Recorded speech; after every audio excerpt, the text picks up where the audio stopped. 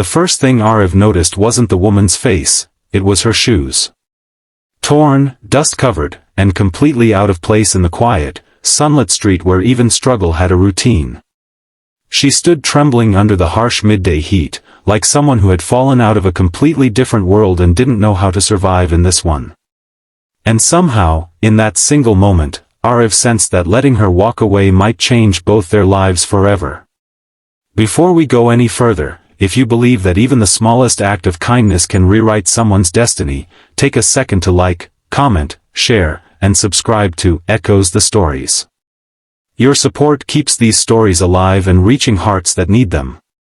Aarav had never imagined himself as someone who could save anyone.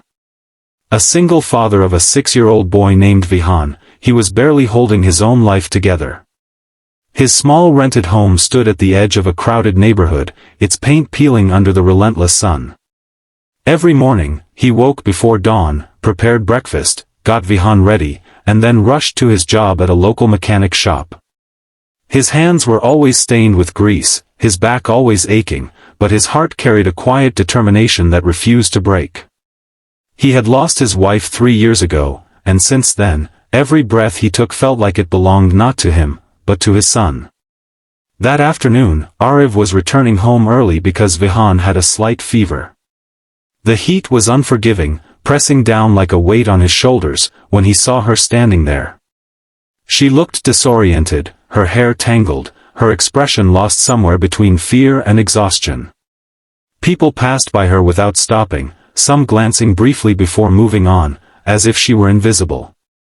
But Aarav couldn't ignore her.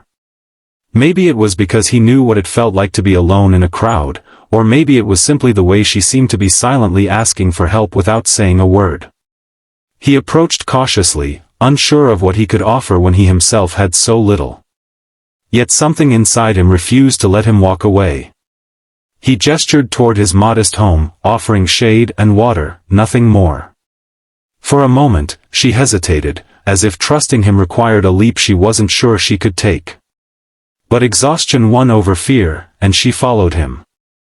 Inside the small house, Vihan lay on a thin mattress, his cheeks flushed with fever.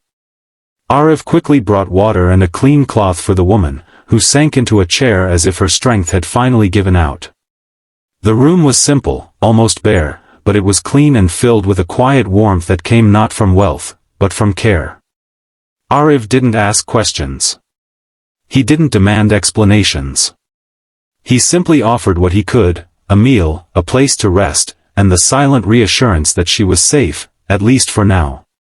As the afternoon passed, the house seemed to breathe a little differently.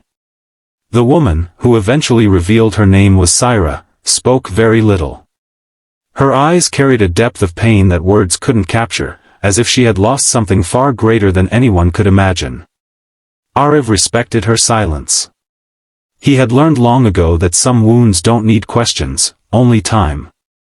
That evening, as sunlight filtered through the cracked windows, Aarav watched Vihan smile faintly at Syra. Children have a way of seeing beyond appearances, and Vihan seemed to sense something gentle within her. For the first time since she had arrived, Syra's expression softened. It was a small moment, almost insignificant, yet it carried a quiet power that filled the room with an unspoken connection. Aarav gave her his late wife's shawl to keep warm during the night. It was one of the few things he had held on to, a piece of his past that he wasn't ready to let go of. Yet in that moment, offering it felt right. It wasn't about sacrifice, it was about humanity. The house, though small and worn, became a shelter not just for bodies, but for broken pieces of lives trying to find meaning again. The night passed quietly, with the hum of distant traffic and the occasional cough from Vihan. Aarav slept lightly, his instincts always alert, but there was an unusual sense of calm in the air. For the first time in a long while, his worries seemed to fade into the background. But the next morning shattered everything he thought he understood. Aarav woke to a sound that didn't belong in his world. The low rumble of engines, steady and overwhelming, filled the air. At first, he thought it was some kind of procession or event passing by. But as he stepped outside, his breath caught in his throat. The narrow street was filled, No, flooded with luxury cars. Sleek, shining vehicles stretched as far as his eyes could see, their polished surfaces reflecting the morning sun like mirrors. Neighbors gathered in shock, whispering and pointing, unable to comprehend what they were witnessing. It was a scene that felt unreal, as if someone had placed a piece of another universe right in front of his humble home. Aarav stood frozen, his mind racing. He turned back toward the house, where Syra now stood in the doorway, her posture completely transformed. The fragile, lost woman from yesterday was gone. In her place stood someone composed, powerful, and unmistakably important. The air around her seemed to shift, as if revealing a truth that had been hidden all along. What Aarav didn't know was that Syra wasn't just anyone.